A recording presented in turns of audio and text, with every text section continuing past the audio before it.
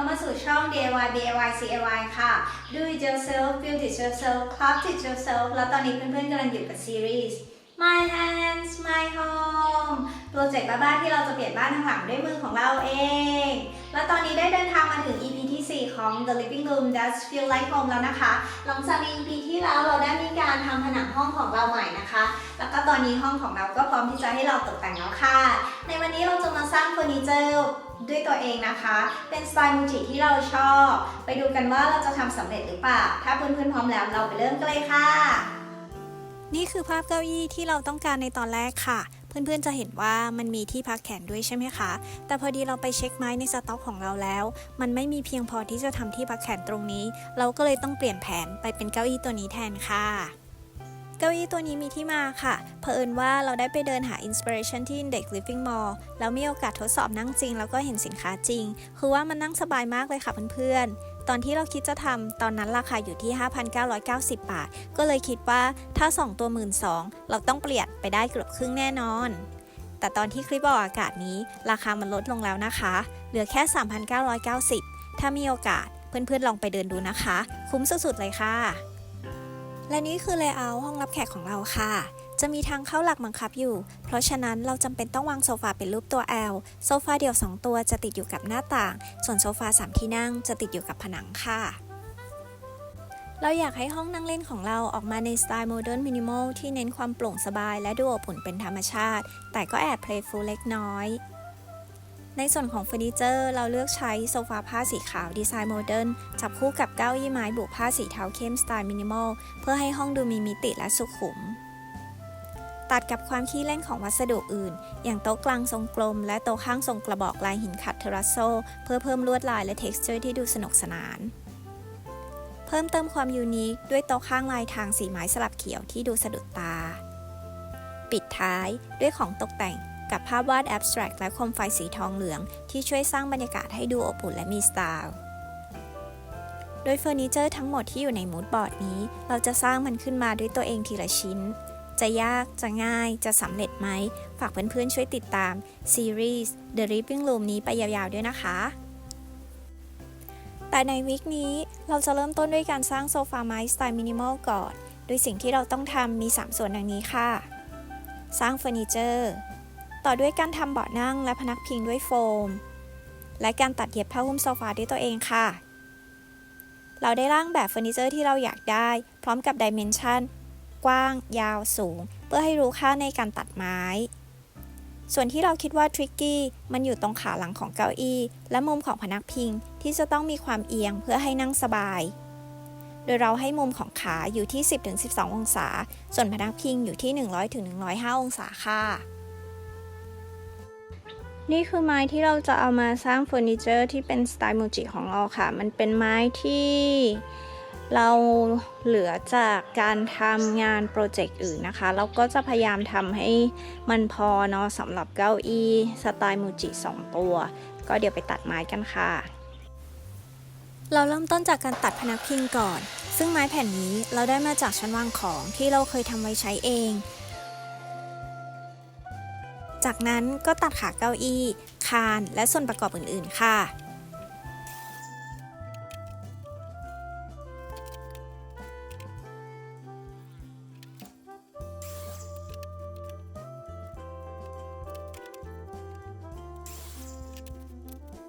ก็ตอนนี้เราได้ตัดไม้ในส่วนของเก้าอี้ตัวที่2ของเราเตรียมไว้นะคะก็จะตรงนี้จะเป็นตัวคานนะคะแล้วก็ตรงนั้นก็จะเป็นส่วนประกอบทั้งหมดนะคะเราตัดไม้ตามแบบที่เราขึ้นต้นแบบตัวแรกไว้แล้วนะคะก็เดี๋ยวเราจะมาทำการเจาะ pocket hole กันนะคะแล้วก็โดยการยึดสกรูนะซึ่งเราก็ใช้เครื่องมือเดิมก็คือของเครกนะคะเขาก็จะมีตัวเจาะแบบนี้มาให้นะคะตัวนี้เอาไว้สำหรับตัววัดไม้นะคะว่าไม้มีความหนาเท่าไหร่แล้วเราก็ต้องปรับแต่งตรงนี้ให้เข้ากับตัวไม้ที่เราจะยึดนะคะแล้วก็ตัวนี้เป็นตัว pocket hole นะคะก็คือสามารถแยกส่วนออกมาได้นะคะก็ค่อนข้างใช้งานได้ดีมากเลยอะค่ะสำหรับมือใหม่นะเราแนะนำว่าถ้าเพื่อนๆสามารถ ซื้อหามาใช้ได้ตัวนี้ค่อนข้างที่จะคุ้มนะคะ เป็นตัวเครกนะคะพอดีเราซื้อมาจากที่เมืองนอกนะคะเราไม่ได้สั่งในนี้แต่ว่าเราดูแล้วราคาในนี้ก็ค่อนข้างสมเหตุสมผลนะก็ไม่ได้ถือว่าแพงเรื่องของนำเข้าอะไรมากมายเท่าไหร่ก็เดี๋ยวเรามาเจาะตัวไม้ของเรากันค่ะ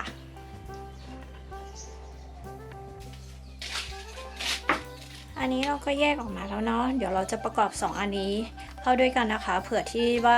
เวลาเราเจาะก็ได้2รูพอดีเนาะเพราะตอนแรกเราก็ไม่ได้แยกประกอบแบบนี้นะคะแค่นี้เองง่ายมาก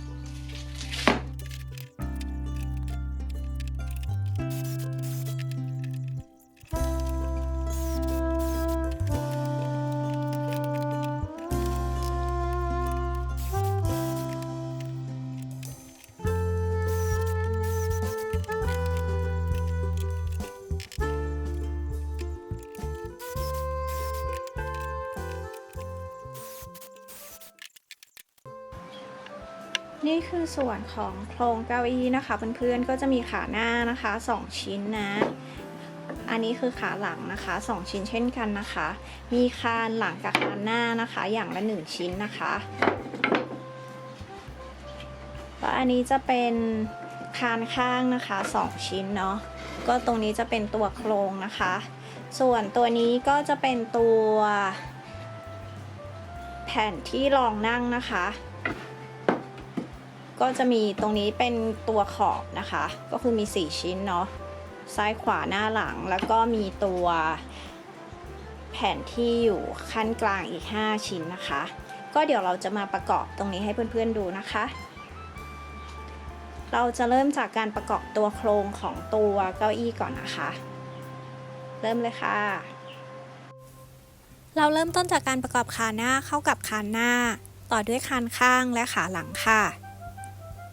ก่อนที่จะประกอบคานหลังเป็นอันดับสุดท้าย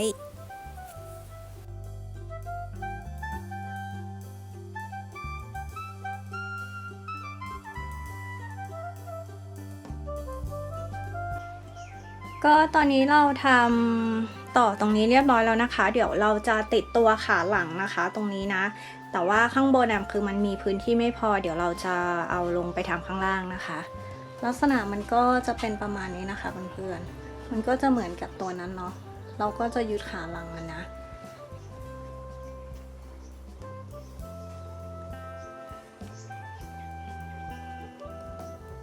อยู่ที่ไหนก็มีแต่แมว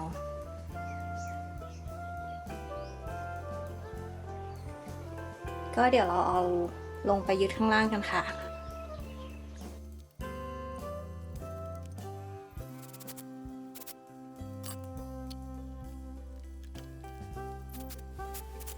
หลังจากเรายึดตัวโครงเก้าอี้เสร็จแล้วเราก็ได้ประกอบแผ่นรองนั่งต่อเลยค่ะโดยเมื่อประกอบเสร็จเราได้มีการใช้ทริมเมอร์ทริมเก็บขอบแผ่นรองนั่งให้มีความโค้งมนเพื่อให้นั่งสบายด้วยดอกทริมเมอร์ R8 ค่ะก่อนที่จะนำชิ้นงานทั้งหมดไปขัดด้วยกระดาษทรายเริ่มต้นจาก 80-100 ในการขัดเสี้ยนไม้ขัดหยาบแล้วจบงานที่ 120-240 ในการขัดเตรียมผิวและขัดละเอียดค่ะนี่คืออุปกรณ์บำรุงรักษาไม้ของเรานะคะเนื่องจากเราต้องการให้ตัวมานั่งของเราเนี่ย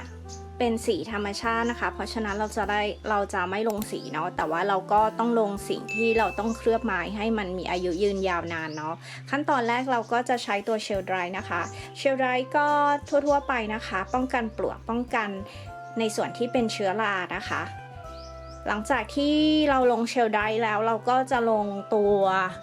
sanding sealer นะคะตัวนี้ก็จะช่วยบำรุงรักษาไม้นะคะแล้วก็ทำให้ตัวเสี้ยนไม้ที่เราขัดอาจจะยังไม่ได้ออกดีมากเนี่ยยกตัวขึ้นมานะคะเพราะฉะนั้นถ้าเราลงตัวนี้นะคะเราก็จะต้องใช้กระดาษทรายเบอร์0ก็คือเบอร์ละเอียดที่สุดนะคะปัดระหว่างการลงนะคะหมายถึงว่าลงเสร็จรอให้แห้ง 10-15 นาทีแล้วก็ปัด1รอบตัวนี้เราจะลง2รอบนะคะโดยที่เราจะใช้ตัว Sanding Sealer เนี่ยผสมกับตัว Thinner เบอร์ 71 เนาะ อันนี้เขาrecommend อยู่แล้วนะคะ เพื่อเจือจางไม่ให้มันข้นแล้วก็เหนียวเกินไปนะคะ ส่วนอันดับ 3 เราก็จะมาลงตัวแลกเกอร์เคลือบอีกชั้นหนึ่งนะคะ โดยแลกเกอร์เนี่ยเราก็จะเลือกตัวที่เป็น Clear Matte เนาะ ก็คือให้มันเป็นด้านนะคะ เพราะเราไม่ค่อยชอบเงา ตัวนี้เราก็จะลง2 รอบเช่นกันนะคะ ก็คือปัดระหว่างโค้ดเหมือนกันนะคะ ใช้กระดาษทรายปัด ก็นี่คืออุปกรณ์บำรุงรักษาเนื้อไม้ที่เราจะลงนะคะ เพราะเราไม่ลงสีเนาะ ก็ตามนี้ค่ะเพื่อนๆ แล้วก็เดี๋ยวเรารอตัวมานั่งที่เราไปตากแดดแห้งแล้วก็เดี๋ยวเราจะทำการลงเคลือบไม้ของเรากันค่ะ สเต็ปการลงคือ Chain Drive ต่อด้วย Sanding Sealer แล้วก็ตัว Lacquer เป็นอันดับสุดท้ายนะคะ โดยให้รอชิ้นงานแห้ง 15-20 นาทีก่อนการลงครั้งต่อไปค่ะ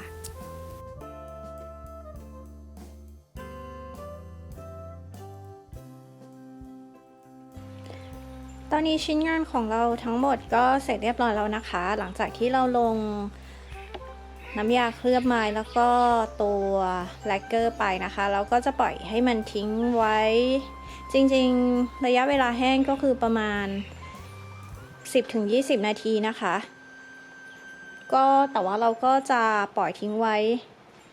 แล้วตอนเย็นเราค่อยเก็บเพราะจะได้ลดกลิ่นของมันด้วยจริงๆตอนนี้มันก็แห้งแล้วล่ะเพื่อนๆ คะ ได้เวลาที่เราจะประกอบเก้าอี้โซฟาสไตล์มูจิของเราแล้วค่ะ ก่อนที่เพื่อนๆ จะประกอบนะคะ ถ้าเพื่อนๆ มีตัวเฟลแพดนะคะ หรือว่าตัวแผ่นกันรอยนะคะ ให้เพื่อนๆ ติดตัวแผ่นกันรอยตรงขาของเก้าอี้ทุกขาเลยนะคะ เพื่อป้องกันตัวเก้าอี้เนี่ยถูกขีดกับตัวพื้นนะคะ ในเวลาที่เรานั่งหรือว่าเวลาที่เราย้ายนะคะ ก็ก่อนอื่นเดี๋ยวเราจะทำพอดีตัวนี้เราติดไปแล้วนะคะก็เดี๋ยวเราจะมาทำการติดตัวแผ่นที่เป็นตัวพนักพิงก่อนนะคะก่อนที่เราจะติดตัวแผ่นรองนั่งนะคะแผ่นที่เป็นตัวพนักพิงเนี่ยเราได้ทำการเจาะรูนะคะเอาไว้4จุดนะคะเพื่อยึดกับตัวพนักพิงตัวนี้นะคะอันนี้เราก็พรีดิวไว้แล้วนะคะ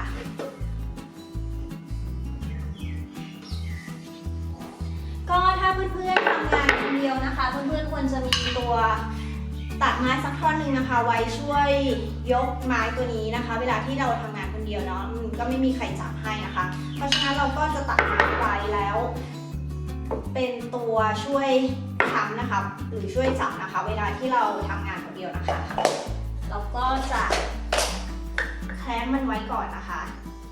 เพื่อที่จะให้รู้ว่าเราควรจะติดไม้ที่ระดับไหนนะคะแคล้มไว้ทั้ง2ด้านเลยนะคะ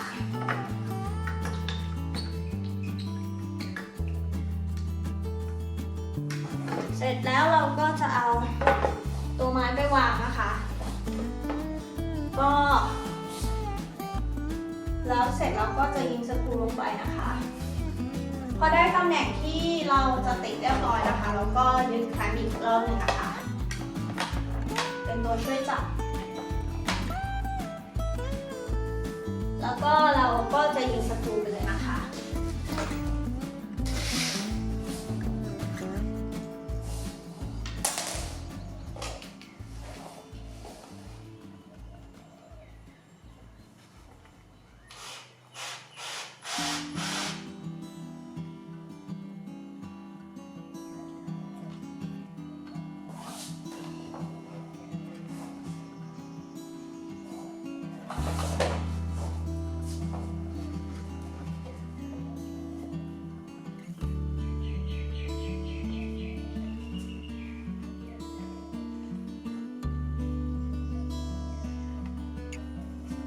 การยึดแคมนะคะก็ถ้าเป็นไปได้ควรจะยึดทั้ง2ด้านเลยนะคะเพราะไม่งั้นเนี่ยเดี๋ยวเวลาที่เรายึดอีกด้านหนึ่งมันจะเลื่อนได้นะคะเมื่อกี้มันก็เลื่อนนิดหน่อยนะแต่เดี๋ยวเราจะยึดเข้าไปใหม่นะคะเพื่อน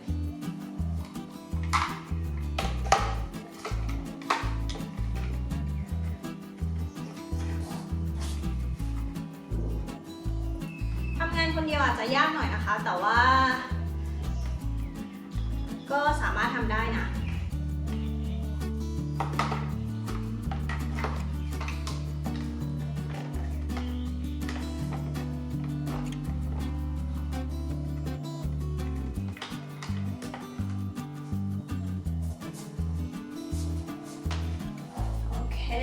เราจะยึดตัวสกรูเข้าไปใหม่นะคะ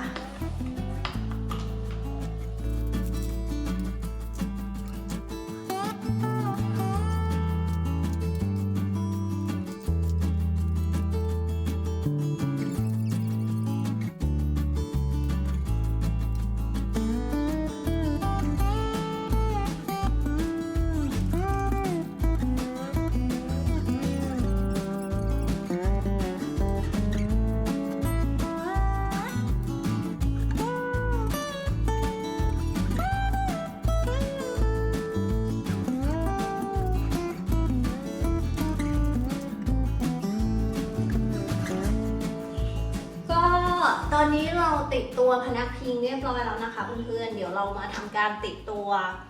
แผ่นรองนั่งกันนะคะ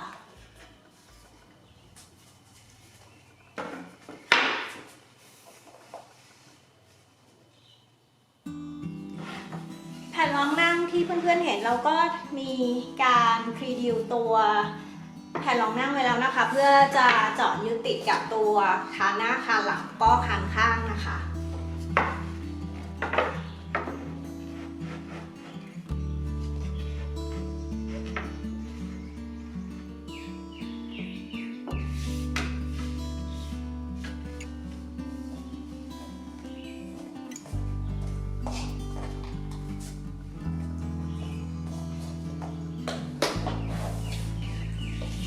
เราก็จะมาวัดความห่างของตัวแผ่นรองนั่งอีกครั้งนะคะก่อนที่เราจะยึดนะคะว่าได้ความกว้างตามที่เราต้องการหรือเปล่า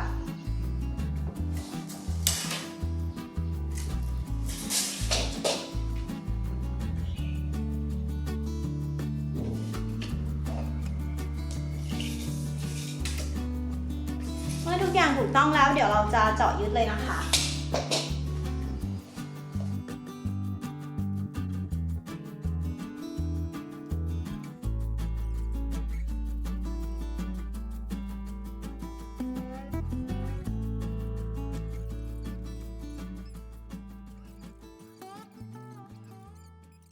และนี่คือโซฟาหนึ่งที่นั่งที่เราสร้างขึ้นมาในสัปดาห์นี้ค่ะ ตอนนี้เรารู้สึกภูมิใจมากเลย ดูแล้วมันไม่ได้ยากอย่างที่คิดใช่ไหมคะ เดี๋ยวสัปดาห์หน้าเรามาทำต่อให้เสร็จกันดีกว่า เรายังเหลือการทำเบาะที่นั่งและพนักพิง รวมถึงการตัดเย็บปลอกโซฟาด้วยตัวเอง ฝากเพื่อนๆช่วยติดตามด้วยนะคะ และถ้าเพื่อนๆชอบคอนเทนต์ DIY และงานตกแต่งบ้านแบบนี้ ช่วยกดไลค์ กดแชร์ กด Subscribe กดกระดิ่ง เพื่อไม่ให้พลาดคลิปต่อไปด้วยนะคะสำหรับวันนี้ Happy DIY ค่ะบ๊ายบาย